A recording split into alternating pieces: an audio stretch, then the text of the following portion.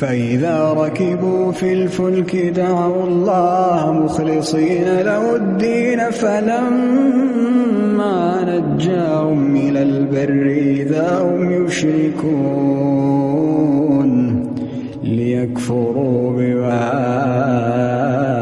آتيناهم وليتمتعوا فسوف يعلمون।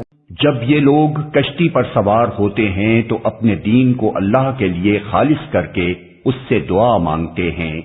फिर जब वो उन्हें बचाकर खुशकी पर ले आता है तो यकायक ये शिर्क करने लगते हैं ताकि अल्लाह की दी हुई नजात पर उसका कुफरान नेमत करें और हयात दुनिया के मजे लूटें। अच्छा, अनकरीब इन्हें मालूम हो जाएगा।